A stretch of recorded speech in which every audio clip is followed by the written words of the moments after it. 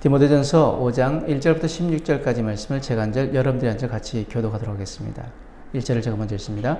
늙은이를 꾸짖지 말고 권하되 아버지에게 하듯하며 젊은이에게는 형제에게 하듯하고 늙은 여자에게는 어머니에게 하듯하며 젊은 여자에게는 온전히 깨끗함으로 자매에게 하듯하라. 참 과부인 과부를 존대하라. 만일 어떤 과부에게 자녀나 손자들이 있거든 그들로 먼저 자기 집에서 효를 행하여 부모에게 보답하기를 배우게 하라. 이것이 하나님 앞에 받으실 만한 것이니라. 참 과부로서 외로운 자는 하나님께 소망을 두어 주야로 항상 간구와 기도를 하거니와 향락을 좋아하는 자는 살았으나 죽었느니라. 네가 또한 이것을 명하여 그들로 책망받을 것이 없게 하라. 누구든지 자기 친족 특히 자기 가족을 돌보지 아니하면 믿음을 배반한 자요 불신자보다 더 악한 자니라. 과부로 명부에 올릴 자는 나이가 60이 덜 되지 아니하고 한 남편의 아내였던 자로서 선한 행실의 증거가 있어 혹은 자녀를 양육하며 혹은 나그네를 대접하며 혹은 성도들의 발을 씻으며 혹은 환난 당한 자들을 구제하며 혹은 모든 선한 일을 행한 자라야 할 것이요 젊은 과부는 올리지 말지니 이는 정욕으로 그리스도를 배반할 때에 시집하고자 함이니 처음 믿음을 저버렸으므로 정죄를 받느니라. 또 그들은 게으름을 익혀 집집으로 돌아다니고 게으를 뿐 아니라 쓸데없는 말을 하며 일을 만들며 마땅히 아니할 말을 하나니 그러므로 젊은이는 시집가서 아이를 낳고 집을 다스리고 대적에게 비방할 기회를 조금도 주지 말기를 원하노라. 이미 사탄에게 돌아간 자들도 있도다. 만일 믿는 여자에게 과부 친척이 있거든 자기가 도와주고 교회가 짐지지 않게 하라. 이는 참 과부를 도와주게 하려 함이라. 아멘. 오늘 말씀은 교회 공동체 안에서 다양한 사람들을 대하는 방법과 그리고 특히 과부들을 돌보는 것에 대해서 바울이 디모데에게 주고 있는 지침입니다. 오늘 말씀 통해서 우리는 무엇을 깨달아야 할까요? 먼저 1절에서 2절 말씀 보면은 교회는 가정과 같기에 지도자는 교인들의 나이와 성별을 고려하여서 가족처럼 대해야 한다고 말합니다.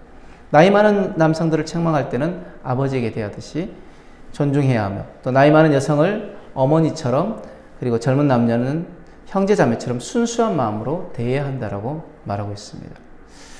우리는 성도들을 대할 때, 나는 성도들을 대할 때 어떻게 대하고 있습니까? 우리 믿음의 공동체 안에 있는 성도들을 대할 때 정말 가족처럼 대하고 있는지, 우리 영적인 또 하나의 가족을 이루어가는 교회인데 정말 어떤 때 보면 남보다 더 못한 사이가 아닌지 한번 우리는 돌아봐야 합니다.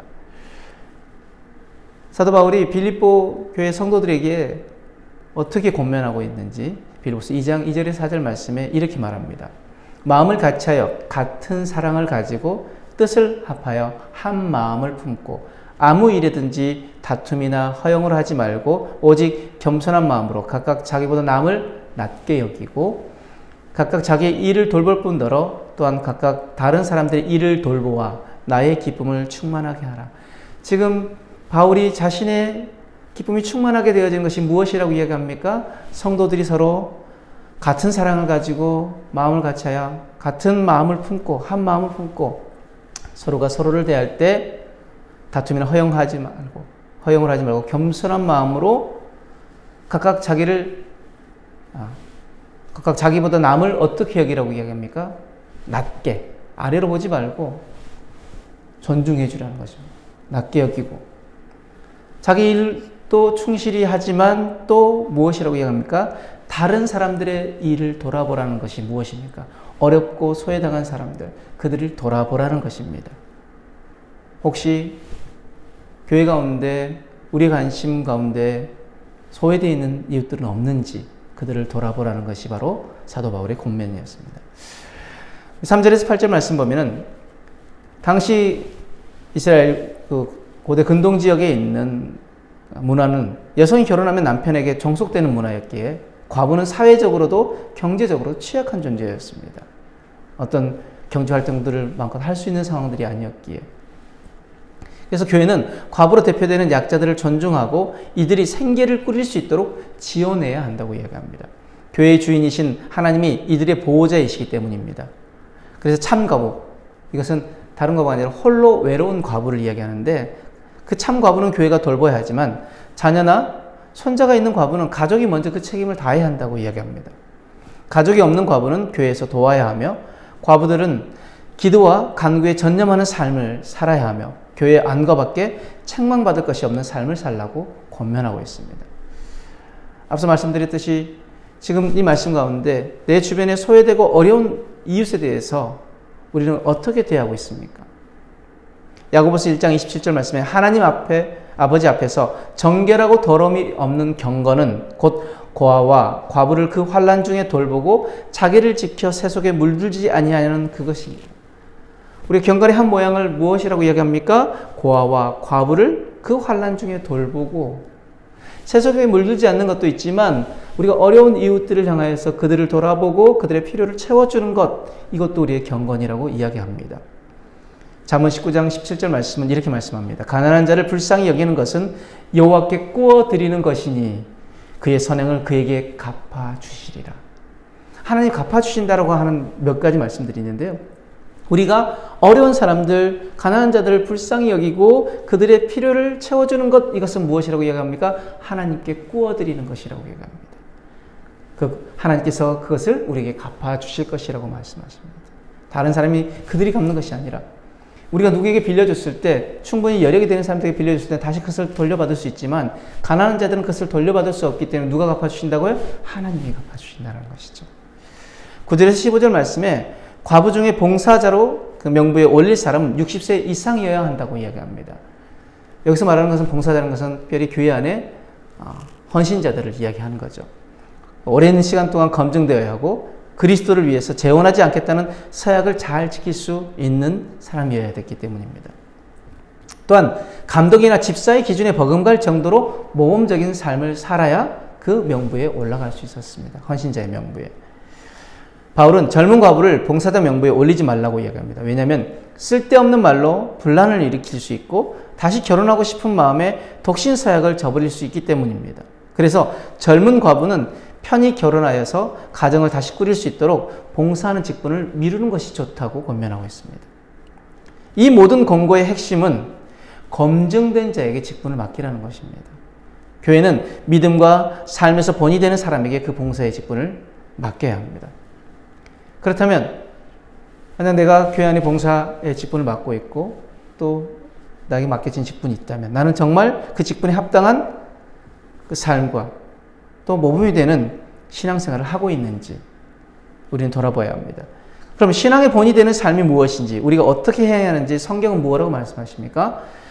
바울이 믿음의 참 아들된 디도에게 성도를 바른 교훈으로 가르치라는 그 말씀을 통해서 우리는 알 수 있습니다. 성도가 어떻게 행해야 하는지. 디도서 2장 1절에서 8절 말씀에 이것을 좀 쉬운 성경으로 제가 읽어드릴 건데요. 그대는 사람들에게 참된 가르침을 따르도록 말하십시오. 나이 많은 남자들에게는 절제하며 신중하고 지혜롭게 행동하도록 가르치고 그들이 믿음과 사랑과 인내로 굳게 설 수 있도록 하십시오.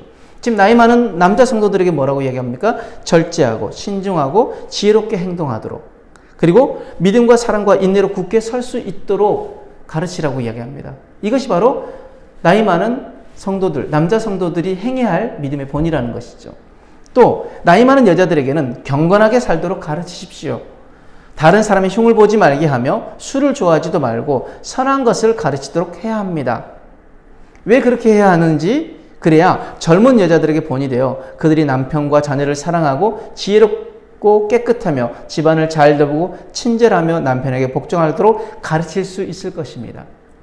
지금 나이 많은 여자 성도들에게 젊은 여자 성도들을 가르칠 수 있어야 하는데 그 삶으로 본이 되어야 하는데 어떻게 본이 되어야 한다고 이야기합니까? 경건하게 살아라고 이야기합니다. 또 다른 사람의 흉을 보지 말고 술도 좋아하지 말고 지혜롭고 깨끗하며 집안을 잘 돌보고 친절하는 것 그리고 남편에게 복종하게 하는 것 이것을 젊은 여자들에게 본이 되도록 가르쳐야 하는데 그렇게 하기 위해선 어떻게 해야 한다는 것입니까? 경건하게 살고 남의 흉을 보지 않고 술을 좋아하지 않고 선한 것을 가르치도록 해야 한다고 합니다. 그러니까 젊은 여자 성도들은 어떻게 살아야 한다고요? 남편과 자녀를 사랑하고 지혜롭고 깨끗하고 집안을 잘 돌보고 친절하고 남편에게 복종하는 것이 바로 젊은 성도들이 믿음의 본이 되어지는 삶이라는 것이죠. 이렇게 행할 때 하나님께서 우리에게 주신 말씀이 비난받지 않고 바르게 설 수 있습니다. 젊은 남자들에게도 지혜롭게 행동하라고 말하십시오. 그 젊은 남자 성도들에게 요구한 것은 무엇입니까? 지혜롭게 행하라. 다른 것이 아니라 지혜롭게 하는 것, 그 지혜롭게 하는 것 안에 모든 것이 다 들어가 있죠. 그리고 지도자에게 요구하는 것이 무엇이었습니까? 그대는 이러면서 디도에게 이야기하는 것이죠. 선한 일을 하며 모든 면에서 그들에게 본을 보이고 정직하고 진지하게 가르치십시오. 진실하게 말해서 비난받지 않도록 하십시오. 다른 것이 아니라 말과 삶이 일치되어지는, 그것을 통하여서 그들에게 본이 되어지는 지도자의 모습을 이야기하고 있는 것입니다. 그러면 우리를 반대하려는 사람들이 더 이상 반대하지 못하고 흠을 찾을 수도 없게 되어 오히려 그들 스스로가 부끄러워할 것입니다. 우리가 믿음의 사람으로 본이 되어지는 것, 그것은 우리 교회 안에서도 성도를 세우는 것들이 되어지지만 또 믿지 않는 자들에게 우리가 본이 되어져서 그들로 하여금 우리에게 흠도 찾을 수 없고 우리를 오히려 공격한 그들이 부끄러워할 수 있게끔 만드는 것, 그것이 무엇입니까? 바로 성도가 지켜야 할 믿음의 본이라는 것이죠.